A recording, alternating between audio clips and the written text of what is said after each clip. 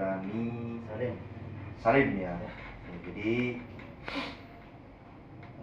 setiap driver baru atau baru gabung di kami ya, pasti saya akan memberikan pemahaman atau memberikan pengenalan atau pembekalan tentang super driver circuit ataupun driver safety ya, dan 5 langkah defensif driving di jalan.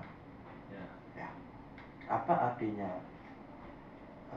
defensif driving di jalanan? Perilaku seorang pengemudi yang mengutamakan keselamatan baik diri sendiri ataupun orang lain. Jadinya. Lalu kemudian yang driver safety artinya mengemudi dengan selamat. Ya, atau keselamatan dalam mengemudi. Ya. Nah, jadi yang saya bahas adalah 5 langkah ini. Yang pertama adalah pahami dinamika kendaraan.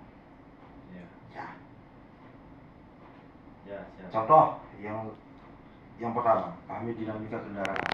Saat berangkat pengiriman, kita harus cek dulu bawaan kita apa, faktur unitnya apa, lalu kemudian sudah lengkap tidak,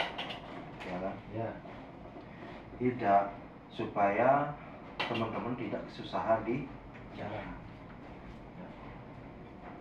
Lalu kemudian yang kedua, jaga jarak aman atau zona mengemudi. Jadi jaga jarak aman ini harus benar-benar dipastikan oleh si jailani sendiri. Jangan sampai dekat-dekatan, pepet-pepetan, sehingga kita tidak bisa menghindar ketika si driver yang ada di depan kita pengereman secara mendadak. Oke? Nah, jadi jarak kita lebih leluasa lah, 40 meter ke apa 50 terserah. Itu yang kedua. Lalu kemudian yang ketiga, yang ketiga ini selalu awasi kondisi sekitar. Jadi setiap perjalanan kita tahu di jalan mana, toko yang tidak pernah kita lalui atau jalan-jalan yang tidak pernah kita lalui. Pastikan ada longkang, terus lalu kemudian ada tempat yang sepi, rawan dan lain sebagainya. Itu yang harus kita awasi. Itu yang ketiga. Yang keempat, waspadai blind spot. Blind spot ini juga perlu oleh driver ketika nyalip, pastikan itu lihatnya dari mana?